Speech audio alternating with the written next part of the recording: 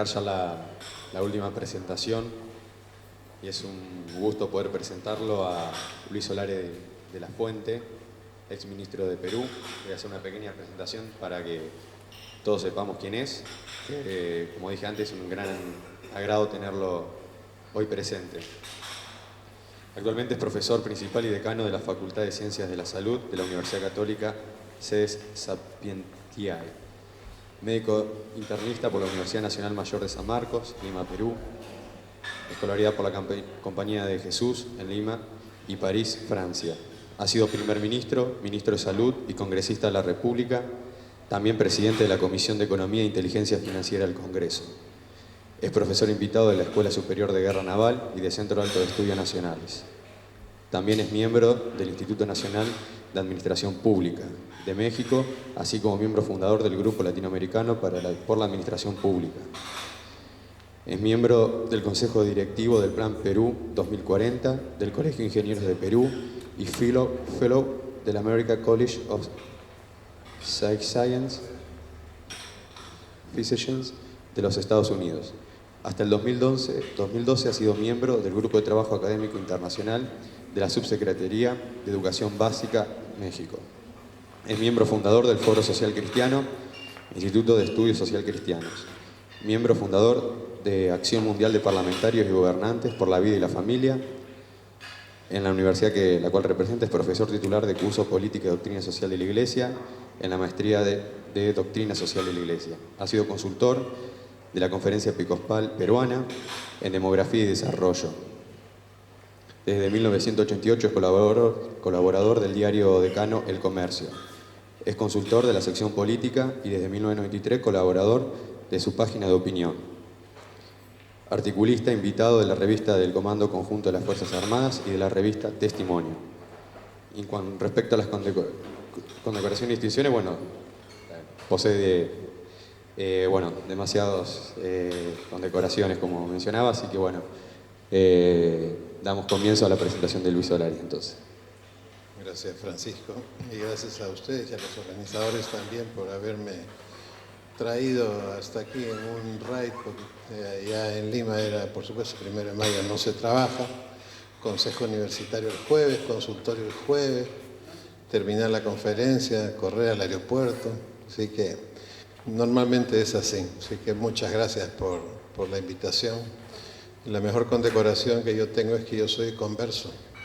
Cuando tenía la edad de la mayoría de ustedes era un ateo convicto, confeso, que convencía a la gente que Dios no existía. Y a partir del año 78, un proceso largo de conversión. Mi función principal es, yo soy un coleccionista de información. Así que lo que yo voy a compartir con ustedes, un poco me voy a meter en algunos de los temas que se han mencionado, pero desde otra perspectiva. Esta es la combinación de dos conferencias cortadas, por supuesto. Una que hice para los oficiales superiores de la Escuela Superior de Guerra Naval del Perú, que estaban interesados, lo hicimos a medias con un jesuita, se llamó El Mundo del Papa Francisco. Y es un poco la respuesta de por qué un Papa argentino hoy y para qué. O sea, ¿cuál es la dimensión sobrenatural de la inspiración de estos cardenales que reciben? ¿Qué mundo se está construyendo? ¿Por qué? ¿Para qué? ¿Y hacia dónde? Y en ese nuevo mundo, ¿cuál es el rol de nosotros en la cuestión pública? Entendiendo la cuestión pública como la ocupación del espacio público y la administración o gestión de la cuestión pública. Y en el curso de esa segunda parte voy a contestar a la gran pregunta planteada: ¿cuál es el rol del deseo en la política? ¿Es ese el motor de un político o hay otras motivaciones? ¿Cuánto peso tiene esta motivación y cuánto peso tienen las demás? Y si queda tiempo hacemos un pijama party, porque esta conferencia no es corta, pues por supuesto, ¿no? Así que vamos a comenzar de una vez. Me voy a poner de pie porque si no, mis orejas no han aprendido a mirar todavía, ¿no? Tenemos habilidades los médicos, ¿no? Pero no tanto. Este es el mundo de antes del año de la caída del muro de Berlín, con el Atlántico al centro y por supuesto un correlato de fuerzas entre este sector, donde está Rusia, China y los Estados Unidos, los aliados. Pero después de la caída del muro de Berlín el mundo ha cambiado totalmente. Este es el partido, la canchita donde se juega el partido principal, una explosión productiva de esta zona de Asia y una modificación sustancial de las relaciones después de la caída del muro, por supuesto, entre toda esta parte de la Europa oriental y del Asia, con los bloques centrales de poder que eran los Estados Unidos y la Europa. Sin embargo, en la década pasada se han dado unos fenómenos importantes. El más importante de ellos para la redistribución del poder mundial ha sido, aparte de la explosión productiva europea y de Asia, ha sido que estos dos bloques comenzaron a necesitar cosas. Y el crecimiento económico de América Latina no es porque hemos sido unos magos económicos, sino porque básicamente ellos demandaban nuestras exportaciones. A partir del 2006, 2007, la demanda de exportaciones dejó de ser el motor del crecimiento y pasó a ser el motor del crecimiento el consumo privado y la inversión privada. Inclusive China, su primer lugar de inversiones, no es ninguna parte de por acá. China invierte en el Asia como primer destino. No se olviden que el capital y la economía se mueve como los jugadores de casino. Van a un casino donde se gana bastante y rápido. El capital se mueve a donde se gana bastante y rápido. Y esa es la razón por la cual América Latina es, durante la década pasada, el segundo lugar de destino de las inversiones de China. Y en el 2011, el último reporte de la CEPAL, la Unión Europea, su primer lugar en América Latina, el mayor inversionista durante toda la década pasada, al cierre del 2011, fue la Unión Europea. Es decir, en ese mundo nuevo que se está formando, hay una redistribución genial del poder en el mundo y América Latina está comenzando a tener un rol que nunca ha tenido en la historia de la humanidad, al extremo que se está convirtiendo en el tablero de ajedrez donde los jugadores están jugando, pero es como si los dueños del casino, como le decía alguien, administraran el casino, los jugadores administraran el casino y no los dueños. Ninguna cancillería está conversando con otra cancillería para ponerse de acuerdo en ese proceso. El 54% del PBI mundial lo manejan las 21 economías que constituyen el Asia-Pacífico y actualmente la presidencia pro tempore la tiene Rusia. Ese proceso de gran demanda de exportaciones ha producido de la década de los 80, donde estos eran los porcentajes europeos y algunos latinoamericanos de porcentaje de deuda en porcentaje del PBI, que hayamos pasado a esta situación los latinoamericanos, mientras que los europeos pasaron a esta. Y la pregunta es, ¿por qué pasaron a esta situación los europeos? El problema de la crisis europea es que es una crisis demográfico-económica. Los europeos han sustituido la caída de hijos por mujer, que para reponer a una sociedad es 2.1, dos que sustituyen a dos padres, y el punto 1 son los solteros, los que no se van a casar. Si alguno se mete cura, de monjita, pues obviamente está en el punto 1. Y resulta que estos países han reemplazado con migrantes. Pero ¿qué han hecho? A los migrantes los han contratado como informales. Entonces, ¿qué han dicho? Mira mis costos laborales como país, cómo se van reduciendo. Sí, pues, pero ¿y con qué han sostenido las pensiones? ¿Con qué han sostenido el estado de bienestar? ¿Qué hago yo cuando ya no puedo pagar las pensiones? Voy y te pido plata prestada y préstame, que le tengo que pagar a todo el salón la pensión. Entonces tú me prestas plata. Vamos a refinanciar, préstame más porque no tengo. Y hay un momento en el que si yo no tengo una estrategia de crecimiento, más la estrategia de resolver la crisis que yo tengo de gasto del estado de bienestar, hago crack. Entonces el crack europeo no es un crack de un día, ni de dos, ni de tres, ni días, ni meses, ni años. Va a durar toda la década porque la crisis es demográfico-económica. Esto es de los 90. Ray Klein era un analista senior de la CIA y llegó a ser presidente del Consejo Nacional para la Estrategia Global. Ningún país de América Latina tiene algo así, ni América Latina tampoco. ¿Qué dijo Klein en este libro del año 90? Dijo dos cuestiones. Cambió totalmente el paradigma del poder, ¿no? Dijo, sí, pues en el poder de una nación el territorio es importante, la Fuerza Armada es importante, la población es importante, los recursos es importante, la industria es importante, pero de todos estos el más importante es la población, la gente. ¿Por qué? Porque ocupa el territorio, explota los recursos, maneja la industria, constituye la Fuerza Armada y además es el vaso que contiene todos los intangibles de una nación. Y segunda cuestión que dijo, entre hoy, esto es del año 95, por los siguientes 25 años, los países que sean los más numerosamente poblados, automáticamente serán los más poderosos. Esa profecía se ha cumplido. ¿Y qué dijo? Peterson es un banquero que pasó a ser presidente del Consejo, se llama el Consejo para las Relaciones Exteriores, el Council for Foreign Relations, que es una ONG, un think tank del grupo Rockefeller. Y siempre han tenido una visión controlista desde el punto de vista demográfico. Este libro, que es histórico, que es del año 99, cambia totalmente la mirada de este consejo. ¿Y qué hace Peterson? No hace falta que le tomen fotos, después te dejo la presentación completa, está a disposición de ustedes. Solo que le hacen clic en solo lectura, prohibido piratear. O se la llevan completa o no se la llevan, pero nada de Frankenstein acá. Y Peterson escribe este libro que se llama Amanecer Gris, advirtiendo al mundo del peligro para la economía mundial del envejecimiento demográfico. Al pie de la letra se ha cumplido su profecía en Europa. Y aquí tienen, esta es la única foto de Klein que hay en la web.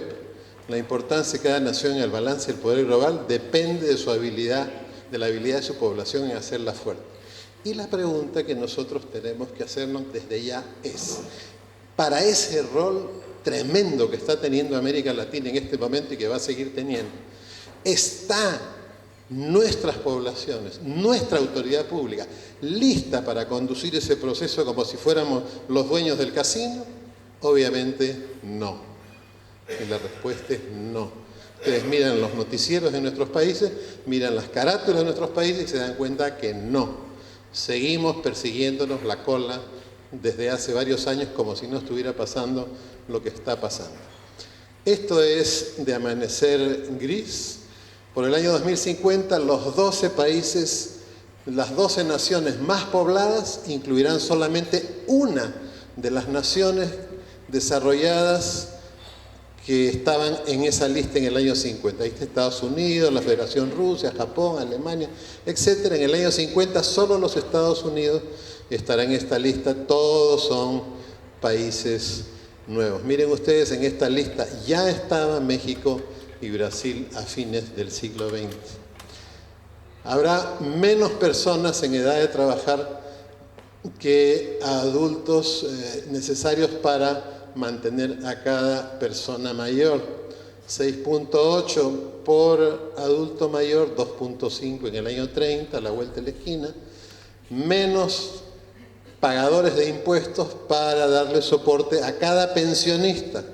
Miren ustedes el drama de Italia y ahí entenderán por qué están en crisis. ¿Cómo va a sostener un estado de bienestar con esta caída de los aportantes? Miren ustedes, esto es del año pasado, 23 de abril del 2012. Estudio revela del Bundesbank, no es de cualquier chanchito, del Bundesbank, que la tasa de inmigración debe aumentar para que sostenga el crecimiento económico.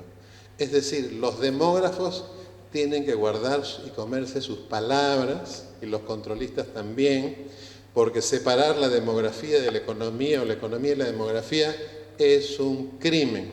No hay economía que crezca con reducción paralela de la población. Alemania necesitó el año pasado 200.000 inmigrantes más por año para compensar el declive demográfico. En el año 2011 necesitaron 177.000. Esto es de hoy, posteado a las 10:34. China busca con urgencia talento extranjero con visados de hasta 5 años. Consecuencias de la política del hijo único.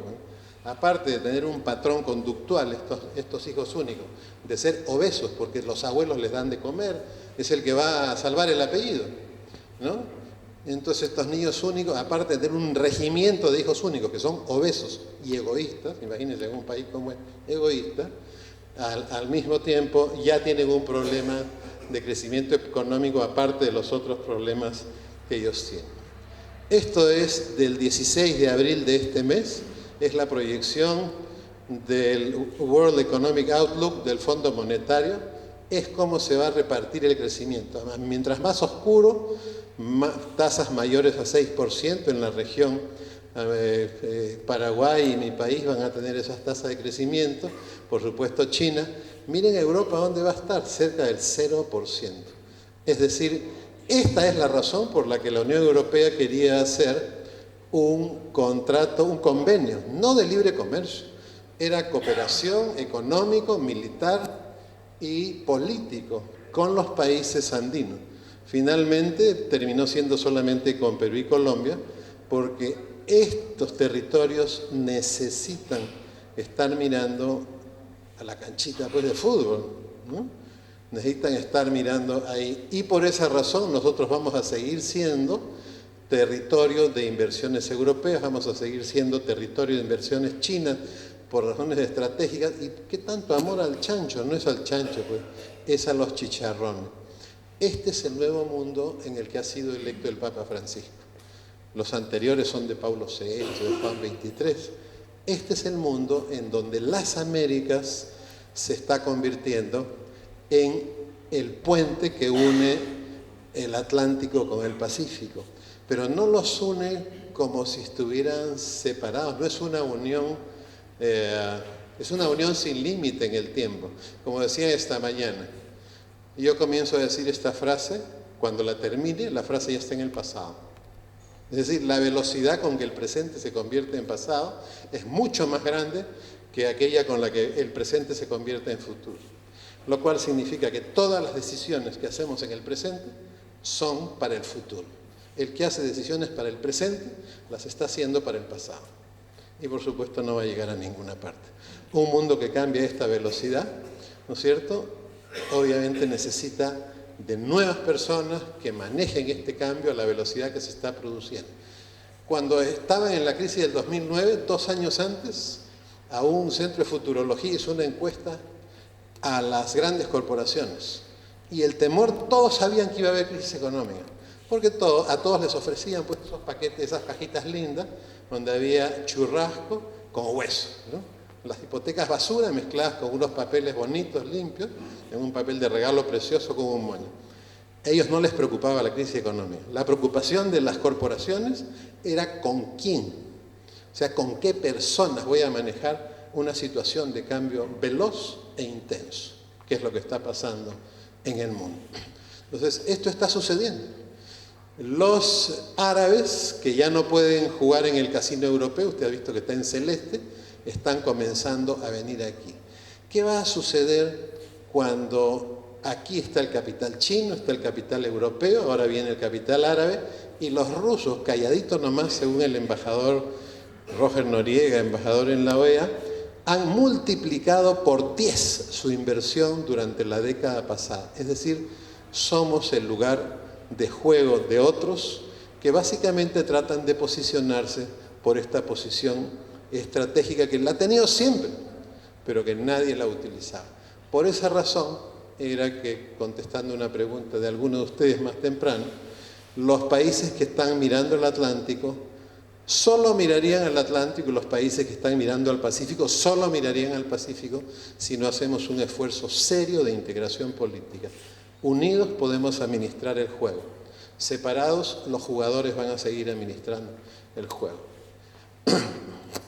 Este es el mundo en donde se elige al Papa Francisco. Estas son las religiones abrámicas, que son fruto de una revelación, y estas son las religiones dármicas, que son las religiones más que nada, que son filosofías de vida. Ustedes pueden darse cuenta claramente que el mundo se ha orientado tremendamente a estas religiones abrámicas, y aquí podemos entender mucho los esfuerzos de Juan Pablo II por tener un diálogo interreligioso con otras confesiones, pero que son confesiones básicamente que son abrámicas. Y aquí tienen ustedes el cambio notable en la distribución de católicos en el mundo, que en última instancia lo que hacen, ¿qué hacen? Se comportan con principios basados en una doctrina. Es básicamente la gran diferencia, y por tanto, donde estén concentrados está una suerte de reserva moral, 24% en el año 10 y 100 años después el 40%. Miren ustedes el declive europeo, dice, oye, ya nadie quiere. No, no es que nadie quiere, no nacen. Si uno afecta los nacimientos en un continente, no solo se baja a los niños, se baja a la masa laboral subsecuente, y por supuesto se baja a todo lo que van a hacer. Se baja a los ingenieros, se baja a los católicos, se baja a los protestantes, se baja a las monjas, se baja a los médicos, se baja a todo el mundo. Sin embargo, esta situación espectacular, donde hay una riqueza, ¿no? Esto que decía Klein, la gente es lo más importante. Esta riqueza que nosotros tenemos todavía en el continente tiene algunas cuestiones que están sucediendo y que nadie está manejando. Ningún gobierno está trabajando este tema. Todos los países tienden a concentrarse territorialmente. Si ustedes entran a Google y miran la demografía argentina, van a ver un lindo mapa argentino con unos círculos donde está la concentración demográfica. Resulta que América Latina, mientras más se concentra, más desigual. Estos tres países que más exportaron a China en la década pasada se han convertido automáticamente en los más desiguales. ¿Por qué? Como todos somos concentrados, significa que hay una parte del territorio que produce así de PBI y hay otra parte del territorio que con las justas llega a la suela de mi zapato. Si yo duplico lo que produce este sector, va a llegar acá. Pero si yo duplico llega hasta no sé dónde. Por tanto, el comercio exterior, lo demostró la CAF en el 2005, aumenta la desigualdad entre los territorios. Disminuye la desigualdad entre países, aumenta la interna. ¿Qué pasa en Europa? Mientras más concentrados, menos desigual. Significa que las personas que diseñaron Europa, bueno, ustedes saben, en la posguerra eran humanistas cristianos. Los que hicieron la Declaración Universal, los del mercado común, todos eran humanistas. Entonces ellos crearon un Estado donde la persona es el centro. Nosotros hemos creado ¿no es cierto?, después de ver los testimonios de San Martín y Bolívar en esta estupenda conferencia que dio el profesor Ferrero, y familia, como debe ser. Tienen la bendición de que los hijos sigan la misma línea, ¿no? A veces no sucede eso, nadie sabe por qué. Misterioso, sobrenatural casi. Esto lo diseñaron humanistas, y ustedes recuerden lo que decía Bolívar. Aquí la única solución es irse. Eso decía Bolívar. Si hubiera vivido en Alemania o China, lo hubieran recibido con los brazos abiertos, ¿no? Hay este otro problema, somos el segundo territorio más corrupto de la Tierra, con corrupción creciente. Y miren ustedes quiénes son los más corruptos en el mundo. Porcentaje de personas que han pagado sobornos a diferentes proveedores de servicios en los últimos 12 meses, los más corruptos son los menores de 30 años. Significa que las estrategias de los laicistas para separar toda formación moral de la enseñanza pública ha funcionado. Y la eliminación de la educación humanista por presión del Banco Mundial en la década de los 90 en América Latina también ha funcionado. No se olviden que se eliminó filosofía, ética, lógica, educación familiar, educación cívica. Todo eso se eliminó. Peor, se eliminó en mi país geografía, historia y los límites. O sea, y la autoridad pública aceptó como si fueran ovejas, ¿no? ¿En quién confía la gente para luchar contra la corrupción? En nadie, en la cuarta parte, en los medios, la otra cuarta parte. ¿Qué significa? Este es el éxito de los programas de radio y televisión que reciben llamadas. La gente no se siente representada por la autoridad pública para luchar contra esta cuestión. ¿Qué hace? Se cae en un hueco y ya me dice, este alcalde me ha roto mi llanta, no sé cuándo, porque sabe que no tiene otro camino para hacerlo. Pagar coimas para obtener cosas, el 24% de América Latina considera que sí, que bueno, no hay otra forma pues, de hacer las cosas, ¿no? Perú 15%, ¿dónde anda Argentina? 12%, mira, impresionante. Sí, debe, no sé, no quiero ni siquiera proferir una palabra de cuál es el error, pero miren ustedes, República Dominicana 42%, ¿no? Esta es una cuestión de percepciones, ¿no? Eso sabe que crece la inseguridad en América Latina objetivamente, y cuando le preguntan a los ministros del Interior, todos contestan lo mismo. Es una percepción. Confianza interpersonal, que decían esta mañana, ¿dónde está tú decías, ¿no es cierto?, esta cuestión. 22%, ¿no?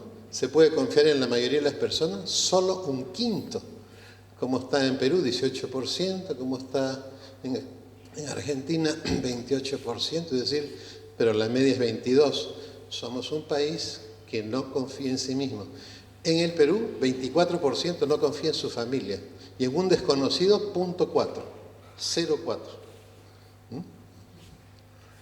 Por supuesto, la confianza en las instituciones es nula porque no le resuelven los problemas. Se gobierna para bien de todo el pueblo.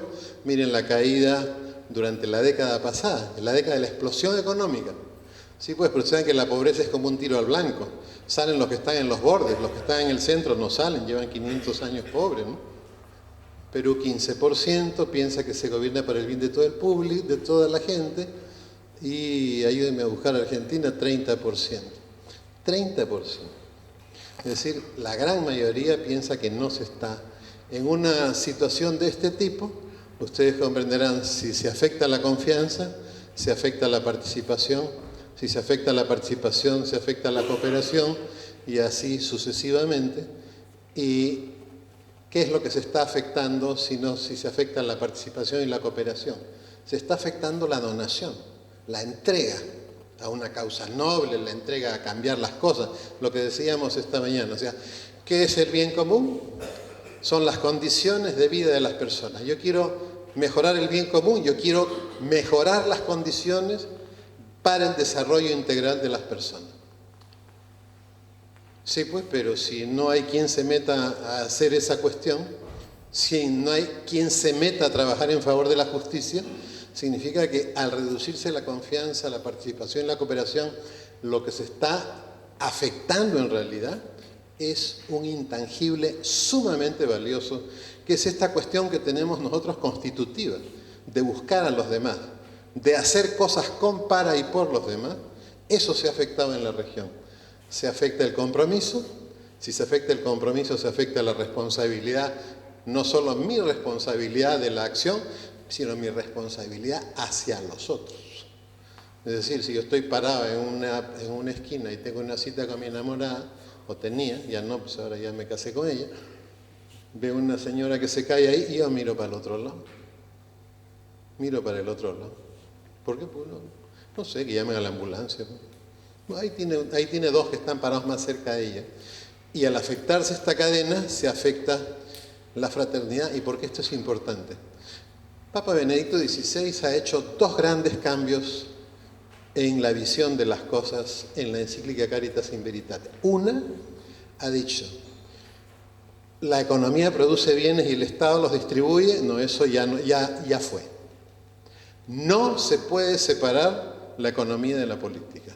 Y la segunda que ha dicho es, su desarrollo lo causa la infraternidad. Es decir, el subdesarrollo no es una cosa cepalina que la estructura produce por un alambicaje sobrenatural y mágico. No.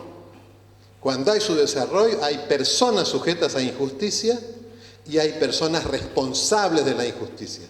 Y esos responsables, como decimos en mi país, pasan piola. pasan de solapa, pasan desapercibidos, ¿no? La injusticia social en nuestro continente tiene responsables por infraternidad. Entonces, por esa razón, obviamente, si sabemos que en el continente se afecta esto, sabemos que la pobreza se reduce por programas de alivio y de aumento de la dependencia de los pobres del poder político. Es decir, menos pobre y menos libre. ¿De dónde es eso? ¿De qué doctrina salió eso? Cuando es menos pobre y más libre. Eso significa que si yo tengo programas de salida de la pobreza, de alivio, tengo que tener al costado uno que cambie la forma productiva, que le cambie totalmente el ingreso de esa familia pobre y la saque.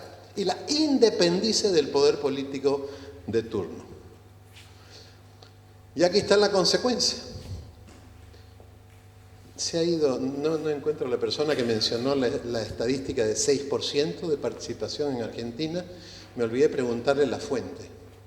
Esto es de la Facultad Latinoamericana de Ciencias Sociales, con sede en México, encuesta del 2010, ha participado, colaborado en alguna forma en los últimos 12 meses con alguna organización, o sea, significa participación social en América Latina, 23%, 77% no. ¿Qué significa? Continente, con todos esos problemas que he mencionado, continente de espectadores. ¿Ya? Continente de pasivos, de tibios. Yo no fui, no sé, no estaba en mi turno, yo no había llegado, me fui al baño. Oiga, pero se murió la paciente. No sé, pues doctor, yo estaba en el baño. No siempre, nadie tiene la culpa. ¿Y dónde está Argentina? Está igual en la media, ¿no? Igualito está en la media. Miren ustedes, México 13%, Perú 22% en la media, Uruguay 41%, Paraguay 32%, Chile 29%, o sea, por ahí andamos, ¿no? Continente de protesta. Cuando no hay confianza, se quiebra la... Este es uno de los dos signos sociales. Cuando se quiebra la cadena, donación personal o entrega personal, compromiso, responsabilidad, fraternidad, este es uno de los signos sociales. La participación baja, y cuando baja, ¿cuál es la consecuencia? El Estado hace lo que le da la gana, se mete donde no lo invitan. Pero como nadie participa, mi país le quitaron la deducción por hijo a la familia, nadie salió a protestar. El Tribunal Constitucional despenalizó las relaciones de adultos con menores de 14 a 18 años. Y justo esa edad es la edad del número mayor de menores violadas en el Perú. Y es justo el número mayor porcentaje de trata de personas por trata sexual en el Perú. Despenalizado. ¿Cuántas asociaciones de padres de familia creen que han salido a protestar a la calle? Ni una. Cuando la autoridad pública ve que tiene la cancha abierta, se mete. ¿Eso por qué no sucede en Europa? Porque la gente sale, porque están las asociaciones civiles, los cuerpos intermedios que tú llamas, las asociaciones civiles, ¿de qué? De defensa del consumidor y de pagadores de impuestos. Anda a ver en la campaña electoral cómo están, como perritos falderos, los políticos detrás de las Taxpayer Associations, que hay en Francia, que hay en Inglaterra. Anda a ver cómo están. Están ahí como perritos falderos, porque son asociaciones de contribuyentes. No tenemos ni una en América Latina, ni una. Y la segunda consecuencia, peor todavía de esta situación, ¿no es cierto?, es que la gente le pierde el interés a la política. Cuando el Estado avasa y hace lo que le da la gana, la gente dice, bueno, ¿para qué voy a entrar ahí si es una chanchada? Mi interés por la política, ¿en dónde estamos? Argentina 31%, uno de los países más politizados, como ustedes saben, Uruguay 34%, Chile 24%, ayúdenme con Paraguay 31%, nosotros 23%. Este es uno de los problemas más importantes. Acá tienen ustedes, en el año 60, 16% de los hijos eran fuera del matrimonio, en el 2010, 47-80. ¿Qué quiere decir? Si se afecta en una sociedad la capacidad para comprometerse y hacerse responsable, la gente no se casa.